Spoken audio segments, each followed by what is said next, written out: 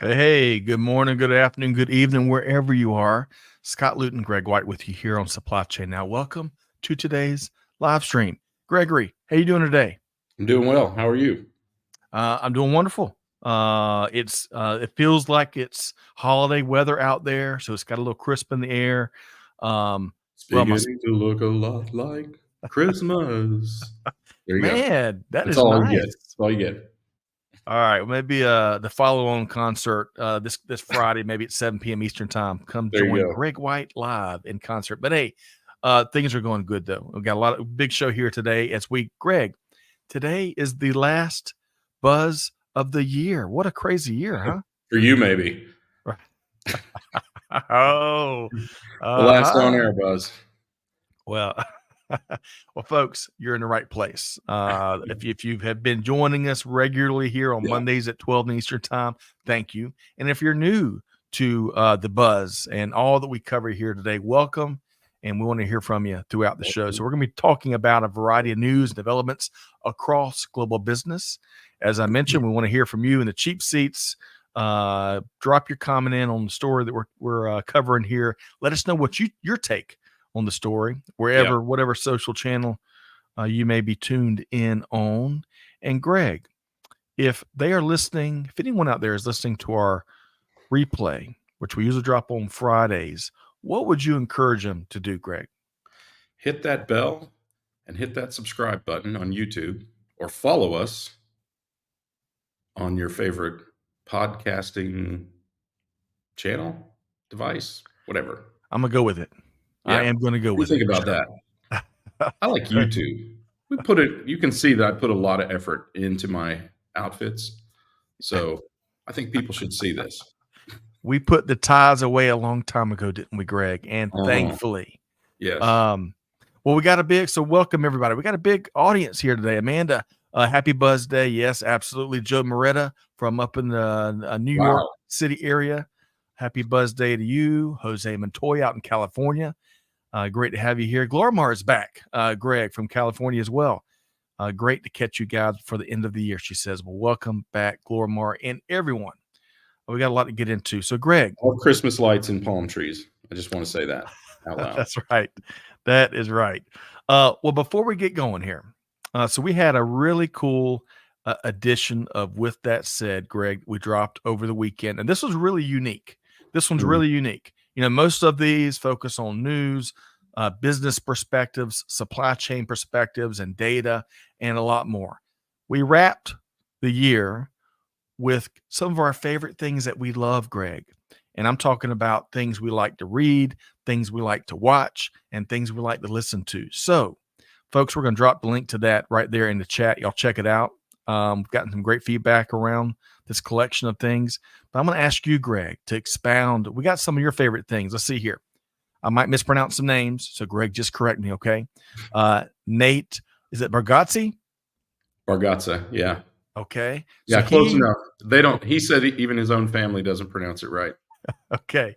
So Nate, Taylor Tomlinson, and Matt Riff was three of your Right. favorite Yeah. comedians, Rife. Yeah. You mentioned In the Red Clay and Gangster House, two of your favorite podcasts. Shout out to Jason Hoke. And Yeah. then Who knew one the of you, South could be so naughty? that's right. And then one of your favorite reads is Principles for Dealing with the Changing World Order, Why Nations Succeed or Fail by Ray Dalio. So, Greg, expound Not on one of sure. the Yeah.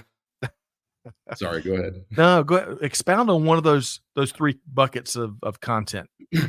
Well, work is work, but I love comedy, and I'm a pretty harsh judge of comedy. And if somebody can make me laugh out loud, Nate Bargatza without profanity in any way, playing kind of the dumb Southern guy, he's pretty good at it. But he's overplaying it a bit. Taylor Tomlinson is the third best looking girl in her friend group Okay. of three friends. She says that's sort of her rap and how she does it. And Matt Rife, former ugly fat kid who has become apparently pretty attractive, and the interactions that he has with his mostly female audience, um, hilarious. They are every bit as funny as he is. I'm just going to say with Matt, don't watch it with the kids. Mm, So it okay. is not G rated, to say Okay. the least. So, but yeah, it's funny. I love how YouTube, once you find a topic, it keeps recommending additional artists, whatever. And those are three of the funniest I have seen. And I'm a pretty harsh judge of comedy. Yes. If you're making Greg laugh, you've done something, folks. You've done something. So check out those recommendations. Really, we pulsed our entire team. So you're going to find all kinds of stuff. We got some Yeah. voracious readers.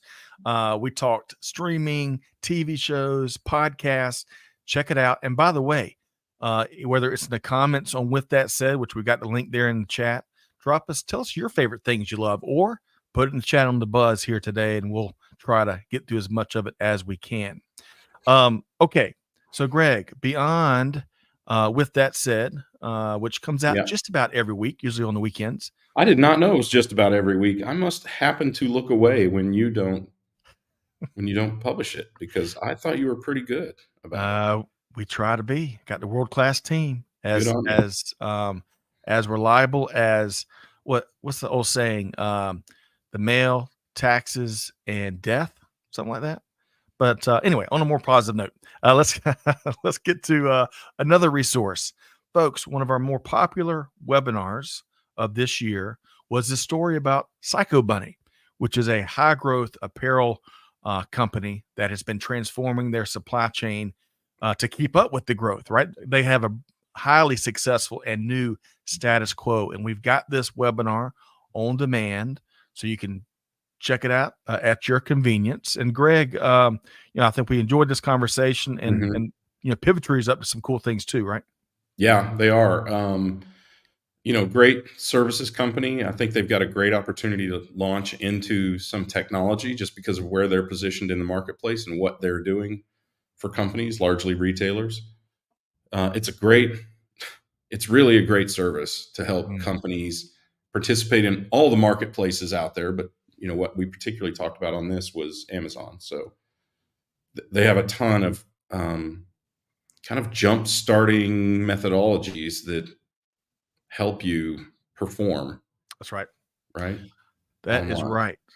And perform at a high level. Because as I mentioned, Monica Provenzi and the Psycho Bunny team have been on the grow, moving and shaking. So, folks, Yeah. check that out. We drop the link in the chat and let us know what you think. All right. So, Catherine, Amanda, thank you, by the way, for all you do. Catherine saved me a little bit here. So, Benjamin Franklin, he was talking about the Constitution, Greg, and it said, "quote Everything seems to promise it will be durable, but in this world, nothing is certain except death and taxes." There you go. Eloquent. What a great philosopher. Just a remarkable person. Yep. Are almost as remarkable as one Gregory Scott White. Almost. All right, so I folks, hardly even use electricity, much less discover it. we also dropped Pivotry, that link to the webinar we were just talking about. One click away. Check it out there and let us know what you think. All right, Greg, we got let's see here, 4 stories to get into. And I think one of the stories we're going to start with is probably got everybody's eyes and ears and attention. And of course, Yeah. that is what is going on over in the Red Sea, right? So, Yeah. in the last few days, we've seen a variety of companies pause their shipping through this critical waterway due to attacks on vessels by Houthi rebels. So far, Evergreen, Maersk, I never say that right, Maersk, MSC, Hapag Lloyd, and British Petroleum, BP, have all paused any shipping activity through the Red Sea, including that choke point that is the I think we got this map here. Strait of Hormuz. They call this Bob Al Mandab Strait, also known as the Okay. Gate of Tears. Yeah. And some of these vessels, Greg, as you know, have been rerouted all the way down and around the Cape of Good Hope, adding tons of time and shipping costs there. So, Greg, I'd love to get your take here on what we're seeing and how long you think it's going to last. So who knows? Yeah. Well, this is this is an effort by the Houthi rebels of Yemen, which they effectively run the country, heavily supported by Iran in protest of what's going on between Israel and the Palestinians in Gaza. And at first, these were only attacks on ships bound for Israel, but it has since expanded, including an attack on a U.S. warship, Laughable, that shot down all 14 of the drones that were headed towards it, and shot down another drone headed for a merchant ship. I mean, this is not a joke. They have actually hit some of these ships with cruise missiles and with drone attacks. These are one-way drones that are basically kamikaze drones to attack these ships. And these companies, rather than potentially lose a ship or all of the shipment, have chosen to go around this area. And this isn't, this is an area that's often, let's just say, contested. And it's an area where piracy is common as well, at least in that sort of general area, not that specific strait, but that general area is also rife with piracy. As a lot of these rebel groups try to fund themselves by stealing things. So, yeah, it's one of those things we would call a disruption in supply chain, right? That's right. They keep on coming. They keep, Yeah, and and they'll always. I think this continues until, wow, it continues until we do what we should about Iran, which will never happen. So it continues forever. Yeah, man. We're all hoping, of course, and praying that the region can find at least a temporary moment of peace based on what we've seen over the last 3 or 4 weeks. It's just been some of the stories that come out of the Middle East have been heartbreaking. So, but that aside, these disruptions will keep on coming. And of course, that's our role, our job to navigate, no pun intended, navigate all these disruptions that are just as certain as death and taxes, to keep going back to the Benjamin Franklin quote there. All right. So, Greg, next story on a much, much lighter note. And I can't wait to get your take here. I'm going to unpack this a little bit, and then we're going to get your take on one of our favorite retailers we have spoken about in terms of fodder for conversation, really for years. So, second story here. Some folks are starting to wonder, will Macy's follow the path of Sears or Bed Bath & Beyond or other retailers? Great read here by our friends at Retail Dive, as many analysts agree that Macy's is more and more in need of a company turnaround and transformation. So get this, Global Data Managing Director Neil Saunders was quoted in the article as saying, quote, Macy's struggles with the fundamentals of retailing, and its recent sales performance underlines that it continues to lose market share and relevance in an increasingly competitive market, end quote. So after selling some of its flagship stores, Macy's still runs about 722 store locations and owns, Greg, 316 of them kind of outright, including the valuable real estate they sit on.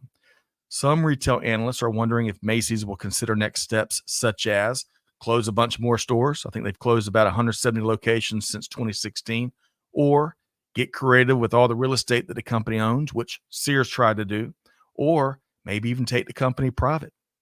So, Greg, I cannot wait to hear your take on what Macy's continues to persevere and try to fight through. Yeah, Macy's continues to persevere as one of the worst run retailers in the history of retail. Back in the 1800s, they were really very good. Since the last several years, they've gone bankrupt multiple times. They've been on the edge of oblivion multiple times.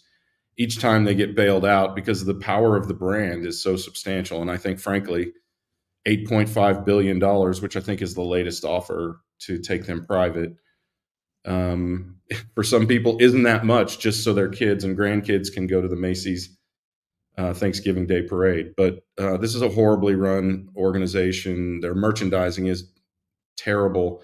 It's funny, I was just looking at, they have a bunch of, they try to position themselves as a premier retailer like a Nordstrom or Neiman Marcus, but they have all the sort of middle tier brands. So they still want to be the Macy's they used to be, and their merchandising, the product that they have, just doesn't support that. They should make a decision to either sell premier brands or lose the premier label and just become kind of a step above Target, which is really what they are at this point. So, and that's okay.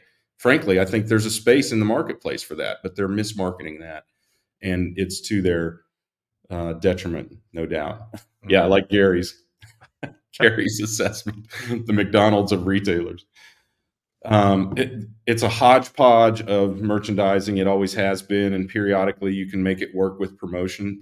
They use a bunch of brands that you literally cannot sell for full price, brands that still exist that 20, 25, 30 years ago were meaningful. Tommy Hilfiger is a good example of that. But those are all brands that are just licensed now, right? There's no real designer behind that. People are just licensing the label and slapping it on whatever products they want to put on. So that's okay. It's just you have to market to your market. And in Herald Square, I don't think people are used to buying Target-esque kind of products, right?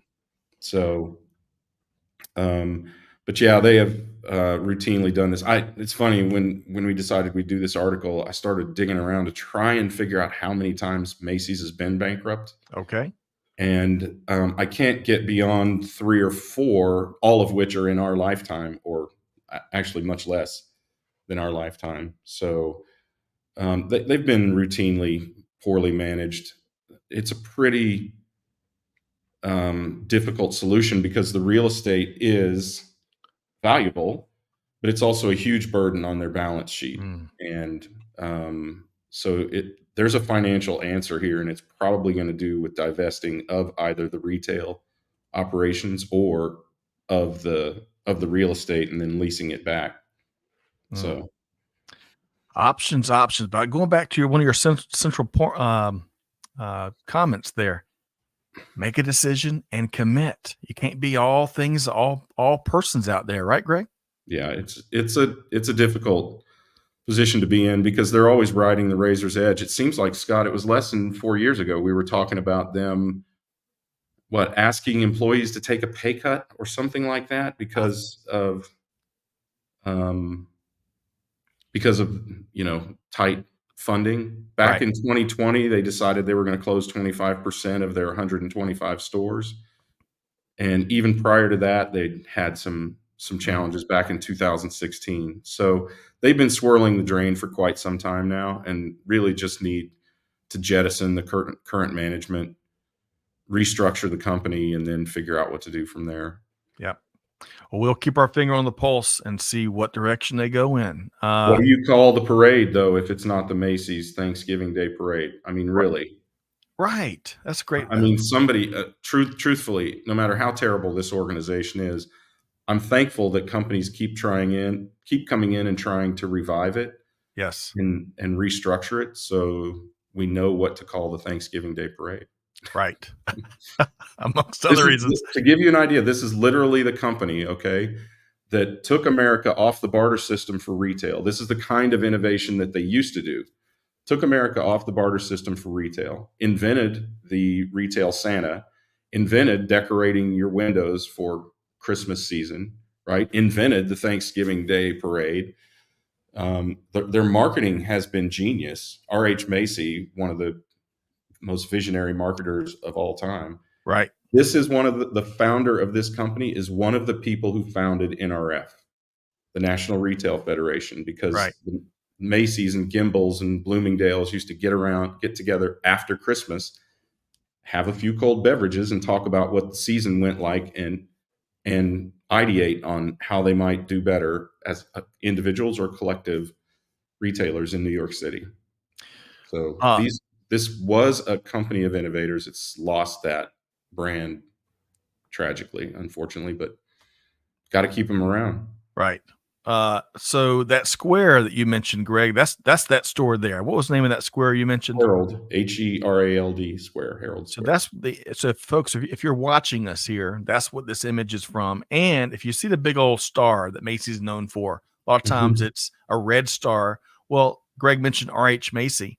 That star comes from a tattoo that R.H. Macy had before he got into retail. One of the things he did was I think it was whaling. It was fishing. I think it was in particular whaling, and he got a red tattoo, and that's what where the star for Macy's came from. But as Greg mentioned, incredible innovator. He also, Greg, to add on to that list you just shared, the idea of course, outstanding customer service, but in particular, trying to feed customers while they're in store to keep Yeah. them longer. That was Yep. one of his their innovations at So Macy's as well. many. I mean, Yeah. he basically invented tailored clothes in the U.S. anyway. Yep. Roland Remarkable. Hussey Macy, Yes. one The of the pride of greatest Nan. retailers, Go ahead, Greg. one of the greatest retailers of all time. Agreed. The pride of born in Nantucket, Massachusetts, died in Paris, France. Okay. I want to say a couple hellos. Peter Bole, all night and all day. Great to have you. Hey, Mom, Leah Luton, and it's cold but sunny Aiken, Hi, South Mom. Kakalaki. We've got Gary's comment in already. Macy's is now the McDonald's of retailers. Greg and I got a great He chuckle out nailed of that, that. didn't he? And Gary is down there on Jekyll Island where, man, the tides and the storms have been crazy. So, Gary, hope you and the family are doing well down there. And he also dropped a link to an article. Y'all check that out. Okay, Greg, got to get back to work. Sir, let us. Let us. I want to share one more. So we'll need to do like a greatest hits look back of 2023 at some point. But Yeah. we're sharing a couple anecdotally with y'all here today because this webinar, speaking retailers, right? Big old retailers like with Macy's, well, Big old. Supply Pike, big old. Yeah. That's a highly scientific qualification there. It is. So Supply Pike has been doing really interesting work out there. They work with a variety of companies that do big business with retailers like Walmart and Amazon and Target and others. And they joined us a few months back to share some of the ways that you can get paid, but also get better. So you can make life easier when supplying the retail behemoths. So in this webinar we did back in September, we focused mostly on how to work better with Walmart. And Greg, one of my favorite parts of this webinar, and it sounds so obvious, but it was just one of those, eureka moments that stared you right in the face. Walmart and all those big old retailers out there, they want you to perform well. They don't want to have to hit you over the head with fee after fee. They want reliable suppliers that are successful and profitable. Right, Greg? They do. And, Walmart, let us not forget, is still the largest retailer on the planet, this planet, Earth. We don't know about other planets yet, but we know they're the biggest on Mars because nobody's on Mars. But they're the biggest retailer on the planet, and their e-commerce is growing faster than anyone else on the planet. Faster than Amazon, faster than Alibaba. Now, they're all much, much larger, of course. But recall a few years ago, pre-COVID, they bought Jet.com, which was an up-and-coming retail e-com platform marketplace to challenge Amazon, and no one is more equipped to challenge Amazon than Walmart. They are today's retail innovators, and there's a lot of power in being networked into their marketplace. Well said. And especially in this economy, because more and more people are starting to shop at Walmart because of the economic conditions in the States. A lot of people are moving to Walmart because of not just the perception of low prices, which is true, but of the reality of low prices and, frankly, the efficiency of their supply chain. Yeah. We've talked to some of Walmart's execs about that. So well said, Greg. We sure have doing some really cool, innovative things. And I got to tell you, as a regular customer, I pop in there once every couple of weeks. I think their customer service is getting better. I really do. But the scenery in the stores is hilarious. I mean, what you see in the stores, we've all seen, whatever of Walmart, pics of Walmart or whatever they call that. It's kind of a free for all in there, but I'll tell you what, they do have a lot of stuff. I mean, they are probably, we talked about whether Macy's would go the way of Bed Bath & Beyond. I mean, you can buy everything you could have bought at Bed Bath & Beyond in a Walmart store. So, you're right. And I say that as a former Walmart hater, right? I hated what they did to the landscape when they would come in and put in one of those 100,000-foot stores and all that sort of thing. But the utility of a retailer like Walmart is undeniable. Their ability to innovate and to bring retail to places where it has not been previously, and to bring affordability to places that truly need it or desire it. It's not that infrequent that you see a Mercedes or two parked outside of a Walmart store these days, That's honestly. true. So they are a force to be reckoned with, and a great leverage point if you've got a product that you want to get into retail. Excellent points there, Greg. All right. So, and of course, all those big successful retailers like a Walmart depend on their suppliers. Check out this. If you're interested in this kind of stuff, you're interested in optimizing your performance, avoiding fees, getting sustainably better, getting paid now while you're getting better. Check out this webinar on demand from September. Okay, Greg, moving right along. Our third story. We're gonna have a little fun with our fourth story, so y'all stick around. We're gonna be talking adult beverages and New Year's Eve coming up for our fourth story. But before we do there, we got to do our homework here on this third story, which is all about newly released manufacturing industry data for November. Now, Greg, stick with me here. Mm-hmm. You know I can't handle more than a couple decimal points, so I'm gonna I'm gonna try not to lose myself here. According to the Federal Reserve, manufacturing output in the U.S. rose 0.3% last month, November, which just missed a 0.4% increase that many economists thought the sector would hit. A big chunk of the gain was the automotive industry getting back to normal after the highly disruptive labor strikes. In fact, if you take motor vehicles and parts out of the equation for the November numbers here in the States, the U.S. manufacturing industry decreased 0.2%.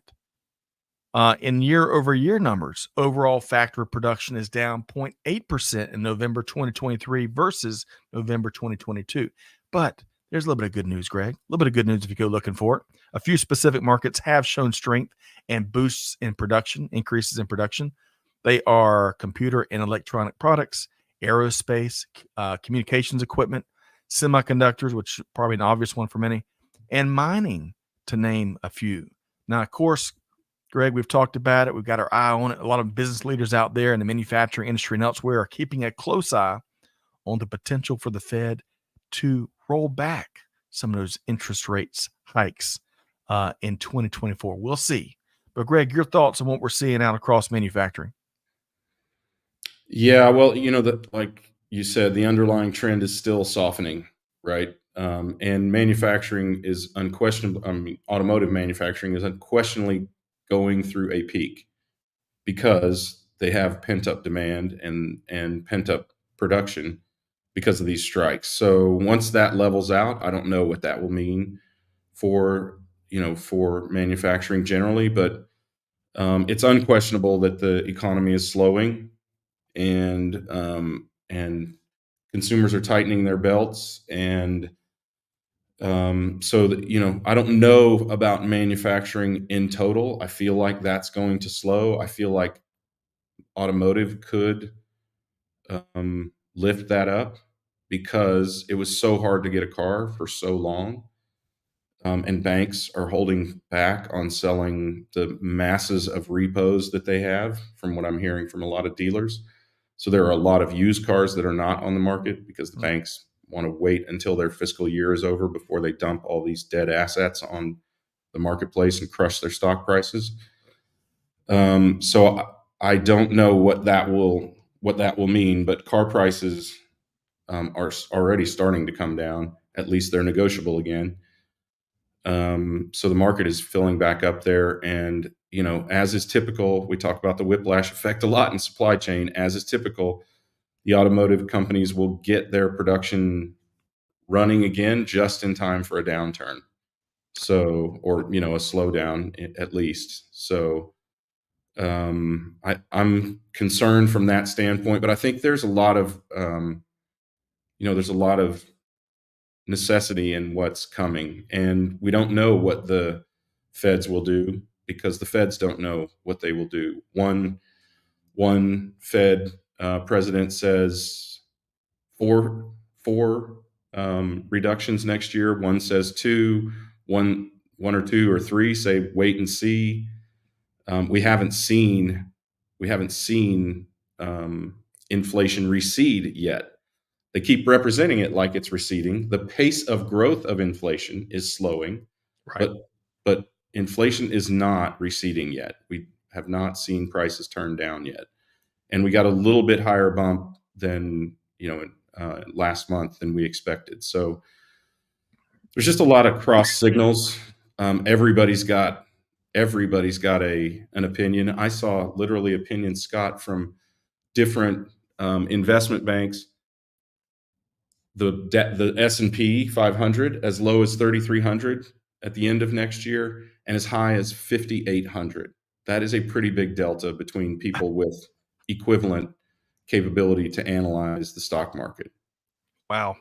And a lot of that is dependent on what their take is on the impact of rate hikes and whether those are built in, and whether the economy will slow slowly or slow rapidly, or even begin to slow. And part of the challenge is that because inflation continues to raise prices, even as consumer demand slows, it doesn't slow the overall growth of the economy as rapidly because prices continue to rise. So I think you have to look at unit sales as well as dollar sales to determine what the pace of the consumer is out there, to determine what will happen, along with all of those other factors. I hope everybody is as confused as I meant for that to be, because this is what economists go through, and this is what investors go through, and this is what the federal bank goes through to try and analyze all this. And you can see where there are so many inputs. It's very, very difficult to determine. But in the end, as I always say, the supply chain, and I would argue the economy, begins and ends with the consumer. So as goes the consumer, so will go manufacturing, so will go pricing, e.g. inflation, and so will go the economy. Right. Well, hey, folks, after all of that wisdom and brilliance Greg just shared, here is one proven best strategy and practice to navigate through these economic times. And that's bet the farm on Red 19, folks. Bet the farm on Red 19. All right. So, so Peter Bollet, from your lips to God's ears, Scott, on those interest rate rollbacks, because his mortgage comes due next December. Hey, keep our fingers crossed, Peter. And Gary, going back to Walmart, Gary says Walmart is also treating their employees better with pay and benefits. Okay, that's a great call out, Gary. Good stuff. All right, and by the way, Greg, Yes, I cannot remember. So Catherine and Amanda, if y'all would, the last senior executive Greg and I interviewed from Walmart, we had she's based in Atlanta. I can't remember her name right this second. I always do. But if we can drop that in the chat, and she speaks to some of the innovation that they're fueling over in Walmart. Mark Preston says, "You are confusing, Greg, but you speak the truth, and that is why I listen." I am not. I hope I'm not confusing. It's just a confusing set of facts, and it's really difficult to present them, right? Oh, There is not one answer, unfortunately, and there are a lot of what have yous and if and then statements, right? right. If this, then that. The bottom line is it will depend on the consumer. So. That's right. Excellent point. Jennifer McKeon. I should have known that. Jennifer McKeon, as I recall. She ran the end-to-end, right? Where right. they can be kind of like they can be your logistics for organization, right? All the way down to last mile delivery, correct? I think so. Yeah. I think so. My memory's kind of, 3 kids have kind of killed my memory a little bit. Senior Vice President. We're going to drop that link to that interview in the chat, and you'll be one click away from checking out some of the cool things they're doing from an internal perspective, leadership perspective at Walmart. Okay. So Greg, all of that to our final story of the day. I told y'all we're going to have a little fun, I think, and hopefully not make too many people sick with this fourth story. Because, we got New Year's Eve coming up, Greg, and many folks, perhaps all the amateurs, though, I'm just going to put that out there, Greg, all the amateurs maybe, are going to be stocking up on their favorite adult beverages to celebrate the holidays. Now, there's going to be a unique addition to the wealth of choices to select from. In this interesting collab, PepsiCo and spirits maker Empirical teamed up to produce a new spirit that tastes like Hang on a minute. Is this right? Doritos nacho cheese dip. Wow. In fact, Empirical's website says the new beverage captures, quote, all the indulgent flavors of your favorite nacho cheese in liquid form, end quote. But Greg, it ain't cheap like Taco Bell is. It's going to set you back $65 for a 750 milliliter bottle of a nacho cheese flavored spirit. So, Greg, question for you. Would you be up for a shot of this, or is that a hard no? Your thoughts? I despise flavored booze. I don't like Fireball. I don't like flavored vodkas or whiskeys. Well, I shouldn't say that, Scott, because there is only one flavored booze that I like, and that is moonshine, what they call lady shine, which I'm not afraid to explore my feminine side. Flavored moonshine, because moonshine is basically like drinking rubbing alcohol to me, and having a flavor in there makes it consumable. So I love apple pie, right? There are a few others. Granddaddy Mims, with your father-in-law, may have had a few sips of Granddaddy Mims That's right. flavored shines, and those are quite good. But aside from that, I'm not a big fan. I really feel like they've missed the mark with Doritos. It feels like in this age that we're in, that Doritos flavored weed would be not only a lot more appropriate, but a lot more efficient, because you could arguably cure the munchies while you're smoking dope. So I'm not sure why somebody didn't go that way, but no, I think this one in particular is possibly the most disgusting thought I've had around a flavored alcohol ever. I think it's a Right. terrible idea, but somebody will do it. That's right. I do not disagree with you, Greg. I'm with I would. Alan. You're with Sounds Alan. disgusting. Hello, Alan. I think you're capturing what probably most people are thinking Yeah, here. T Squared doesn't like it either. Yeah, Hard pass on that Dorito liquor. I'm with you, Tyrone. And Gary says that's not cho cheese. I bet is how he was looking to pronounce that. So, I'd add this. I don't disagree with any of y'all.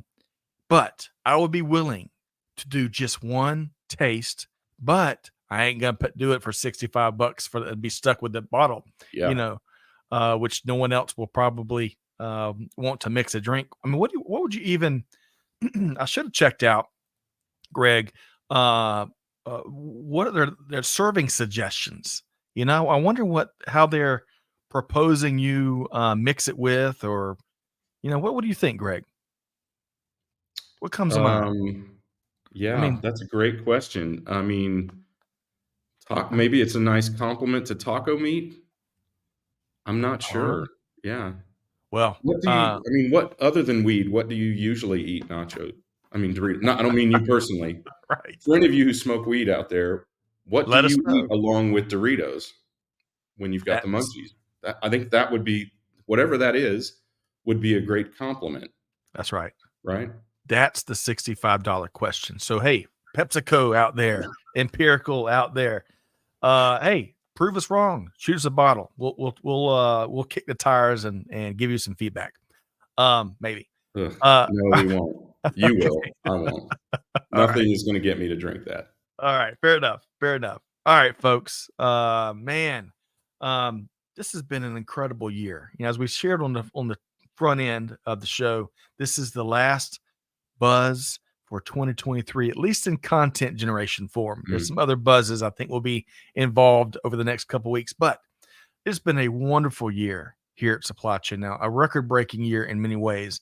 yeah. And Greg, beyond our team and the whole supply chain global fam, of course, we're very thankful for all of our audience members out there that have chimed in, just like our great friends here, Gary and Alan, T Squared, PB, Glorimar, Mark, you name it, all the folks out there. Y'all are the reason we do this, and to have all of you out there and more every day come with us on this Yeah. journey, we're very, very grateful. So, Greg, what else would you add to that? Yeah, well, I mean, we love to share our time, our knowledge, our opinions, insights, whatever you want to call it, with you, and we love to get them back from you.